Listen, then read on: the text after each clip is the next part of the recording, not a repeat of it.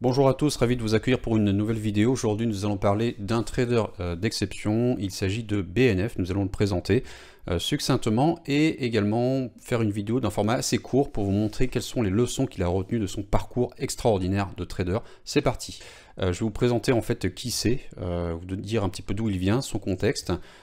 Également vous présenter son style de trading. On va regarder un peu sur les graphiques comment lui il trade, c'est pas un scalper. Et enfin nous allons regarder les leçons qu'il a données au fur et à mesure de ses interviews dans sa vie professionnelle. On est parti. Alors qui est-ce? En fait BNF c'est son surnom et il s'agit d'un japonais qui s'appelle Takashi Kotegawa. C'est un trader qui a réalisé notamment la performance de transformer entre guillemets de passer d'un compte de 15 000 $ à 150 millions de dollars. Ça n'est qu'une fraction de son compte en l'espace de quelques années, de 10-15 ans.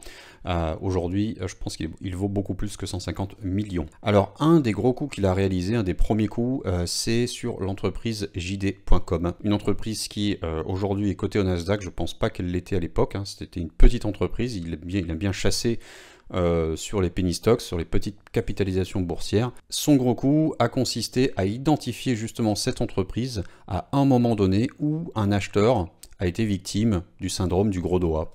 En anglais, le fat finger. Il a appuyé en fait avec des zéros en trop. En fait, il a pris une position qui était 43 fois supérieure à ce qu'il voulait. Cet autre trader, investisseur institutionnel, j'entends, et il a été détecté par BNF sur ses screeners. J'imagine il a dû voir un ordre à la vente énorme d'un montant qui dépasse la normalité et il a décidé de se mettre à l'achat à fond. Donc il a tout mis d'un coup, toutes ses économies, tout son compte est passé. Il s'est mis à l'achat à 100% justement parce qu'il savait que c'était une erreur, que c'était pas du tout l'appréciation de la compagnie. Voilà. Donc j'imagine qu'il l'a pas fait le doigt dans l'air. Il a vraiment dû regarder ce qu'est l'entreprise. Je pense qu'il devait un petit peu la connaître et donc il est rentré à 100% de sa taille de position justement pour récupérer un maximum d'argent puisque la compagnie aujourd'hui est toujours debout. C'était donc une compagnie de qualité qui aujourd'hui fait partie du Nasdaq. Donc ça, on va pouvoir la regarder sur les graphiques. Et donc sur ce coup, il a réalisé juste 17 millions de dollars. Donc c'est quand même énorme donc en profit. Alors avant de passer sur les graphiques, quel est son style de trading? Pourquoi ça marche? Alors pourquoi ça marche, j'en sais rien, il a sûrement un secret, mais en tout cas son style de trading, c'est de racheter des titres qui ont beaucoup chuté. Voilà, il va contre l'adage d'attraper des couteaux qui tombent. Il regarde pas le fondamental visiblement, on sait qu'il regarde uniquement l'analyse technique pour timer son entrée. Il n'investit absolument pas sur le long terme. Quand il va racheter un titre, c'est vraiment pour profiter des rebonds court terme. Donc c'est des rebonds, pas de scalper, c'est des rebonds, même pas de day trader, c'est des rebonds de swinger. Donc il va garder sa position entre 2 et 6 jours en moyenne. Il pense que les marchés baissiers en général sont plus faciles à traiter et offrent plus de volatilité et récompensent plus rapidement aussi. Donc ça c'est son style de trading. Par exemple, il va profiter d'un achat de panique, par exemple, je sais pas, des algorithmes qui s'emballent, une news mais qui est fondamentalement pas très importante, donc qui génère un emballement des foules, le FOMO. Et lui, évidemment, il va les chasser, ces entreprises-là, il va les avoir dans son viseur pour justement racheter ces ventes, on appelle ça des surventes. Alors pourquoi en fait il attrape des couteaux qui tombent? Tout simplement parce qu'en fait si on regarde le SP500 de 2007 à 2009, alors ça c'est quelque chose que j'ai pris sur internet qui illustre ce concept-là, eh bien on voit que sur cette période-là, qui est une période de crise, il a réalisé son gain finalement sur des longs, pas sur des shorts. Et en fait, il a regardé, il a quasiment attrapé. Alors je dis je dis pas qu'il a tradé le SP500 à ces endroits-là, mais quand on regarde le SP500 et qu'on voit les rebonds, eh bien on s'aperçoit quoi que, par exemple, là ici on a sur 9 jours, il faut connaître un petit peu les variations d'intraday du SP500. Il prend pas 1% tous les soirs, c'est quand même un actif qui est beaucoup plus pépère.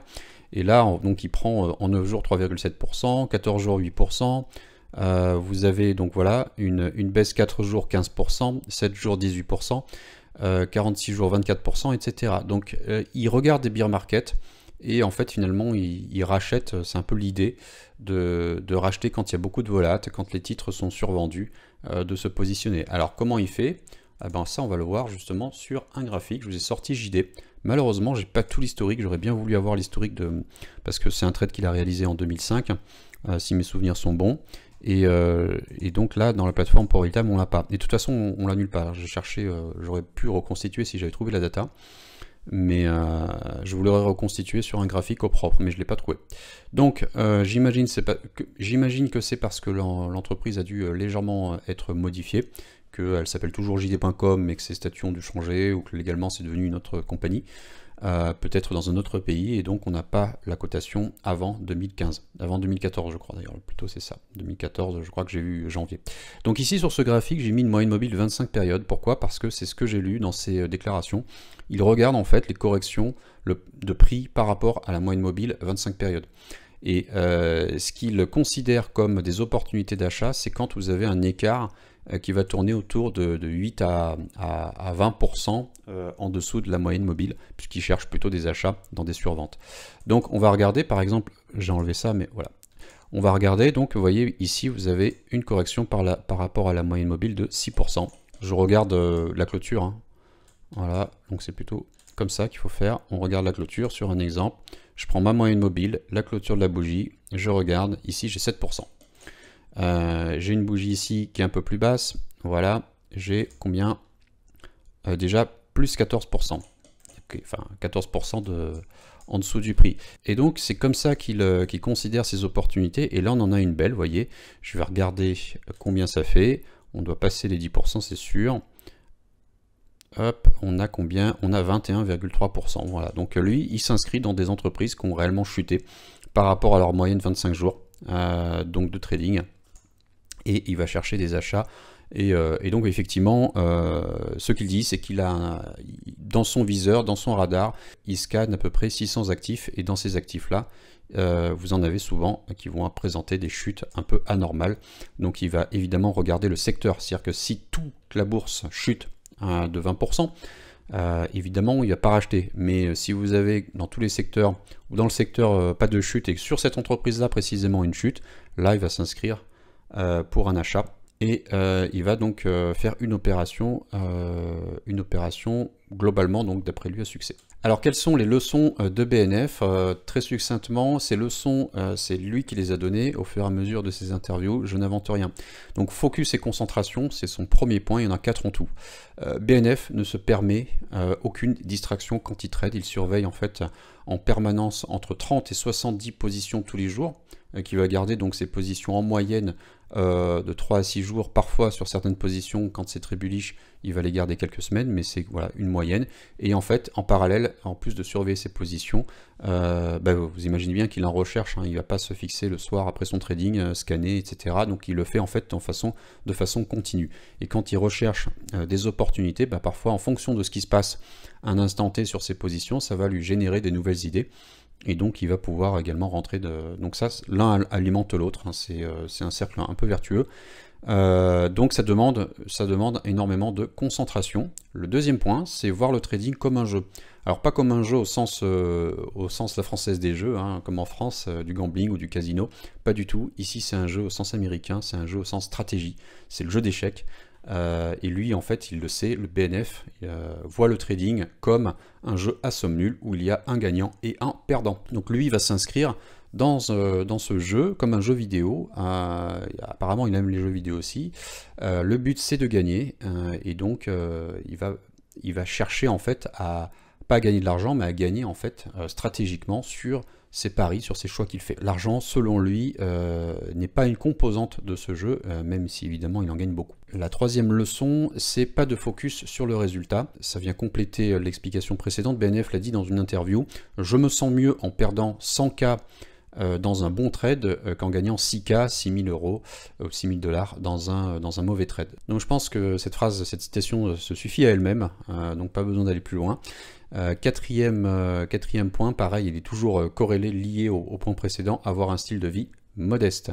On imagine bien quand on est trader et que c'est son unique activité, vaut mieux ne pas avoir trop de charges, vaut mieux ne pas avoir trop de contraintes financières, sinon ça vient pénaliser ça vient pénaliser ses décisions de trader, et c'est ce qu'il dit. Donc BNF ne porte pas un grand intérêt aux objets de luxe. Après son gros trade, finalement, donc le trade où il avait gagné 17 millions de dollars, il n'a acheté que 2 consoles de jeux vidéo. Point barre, voilà, c'est tout. Alors, mis à part cela, les années passant, il a aussi voilà, acheté son appartement, et il a acheté également un bien immobilier, mais uniquement dans un but de faire de l'investissement, puisque il loue évidemment cet immeuble à différentes entreprises, bureaux ou commerces. Un train de vie luxueux, selon lui, incite à générer plus d'argent, et donc ça a un impact négatif sur ses décisions de trading. Lui, il est très clair là-dessus. L'argent, ça n'est qu'une composante. Son objectif, c'est de miser sur les bons chevaux. Et pour cela, il y a une stratégie derrière. On ne gagne pas au jeu d'échecs. J'aime beaucoup prendre cette analogie. On ne gagne pas au jeu d'échecs en tirant au sort. Évidemment, vous avez des gens qui sont champions du monde d'une année sur l'autre, qui gagnent toujours. Et même d'ailleurs, si on prend le poker, qui peut paraître un peu plus aléatoire, vous avez quand même une convergence. Vous avez des champions qui sont récurrents sur la scène. Au bilan, pourquoi BNF restera un bon trader? Selon moi, l'argent et le train de vie ne sont pas sa motivation principale, comme vous l'avez compris. Est-ce qu'il traderait de la même façon aujourd'hui avec 100 milliards de dollars sur ses comptes? Question. Eh bien, tout à fait. Ça, je pense qu'on l'a compris. Il n'est déjà aujourd'hui plus obligé de trader pour assurer un train de vie, surtout que celui-ci est très austère, mais il trade par passion, tout simplement. Voilà, c'est une personne, c'est un trader. Vous avez des traders différents. Je dis pas que BNF c'est la référence pour le trading. Je pense qu'il a des leçons qui sont bonnes à entendre, surtout sur cette gestion de l'argent. Mais lui, en l'occurrence, c'est son cas. C'est vraiment pas sa motivation première. Mais sa motivation première à lui, c'est la beauté du jeu, comme on dit. C'est la stratégie, c'est le fait de pouvoir continuer dans ce process-là. On voit qu'il a vraiment beaucoup de plaisir dans le process de trader en lui-même. Voilà pour ce petit sujet. Je ne suis pas allé plus en profondeur puisque BNF malheureusement ne donne très peu de nouvelles de lui. Et je n'ai pas eu la chance d'avoir les graphiques sur un horizon suffisamment large pour analyser tous ces trades en détail sur, voilà, sur des opérations là. Il n'y a même pas de livre cherché sur Amazon, il n'y a rien. Si vous avez des informations sur lui, autre que YouTube, parce qu'il y a beaucoup d'informations sur les YouTube anglo-saxons, français, mais si vous avez des informations, ça m'intéresse, n'hésitez pas à les laisser en commentaire. Je pense pas qu'il ait non plus d'ailleurs de réseaux sociaux, j'ai regardé un petit peu, il y a des choses un peu louches qui portent son nom, mais je pense pas que ça vienne de lui. Voilà, en fait en termes de nouvelles, puisque je vous donne toujours les nouvelles à la fin, j'ai cette fois-ci ma section outils qui est en ligne sur mon site. Bravo mon développeur, ça a été un petit peu long, un petit peu laborieux. Alors je vais vous montrer cette section outils, la voilà. Donc quand vous êtes sur le site, vous cliquez maintenant sur outils et vous avez donc maintenant des outils qui vont s'afficher. Alors vous avez des outils qui sont payants, donc ça c'est juste le screener pour les gens qui ne l'avaient pas et qui suivent la stratégie que je présente gratuitement sur ma chaîne YouTube. Vous peuvent l'acquérir ce screener là pour 25 €. Donc vous avez aussi la version TradingView. Et je vais mettre au fur et à mesure également des outils pas que payants mais aussi gratuits. Là par exemple c'est un petit indicateur mais que j'utilise tous les jours, que je trouve ultra pratique, qui permet de voir en fait de colorer les sessions nocturnes. Voilà, c'est pas grand chose, mais ça permet d'avoir toujours d'être raccroché quand on fait des analyses sur l'historique et vérifier que voilà, sur un tel pattern, vous n'êtes pas dans la nuit, c'est pratique d'avoir des couleurs. Voilà, ça aide, ça permet de faire moins d'opérations mentales, vérifier les heures, etc. Donc là, ça c'est quelque chose de très pratique, vous pouvez donc le débloquer facilement. Voilà, accéder et ensuite vous tombez sur l'espace e-learning qui est un autre site sur lequel je mets toutes mes formations et sur lequel vous retrouvez également vos formations personnelles. Graphtrading.com, voilà, je l'ai montré. N'hésitez pas à nous rejoindre sur notre Discord, le Discord des compagnons traders. C'est un Discord gratuit avec évidemment des accès privés aussi, mais pas mal d'animations sur l'espace gratuit. Nous sommes désormais plus de 1000 personnes. Voilà, il ne me reste plus qu'à vous souhaiter un excellent week-end. Je vous souhaite de bonnes vacances également à ceux qui sont en vacances, les juilletistes. Et je vous dis à dans 2 semaines. À bientôt. Ciao.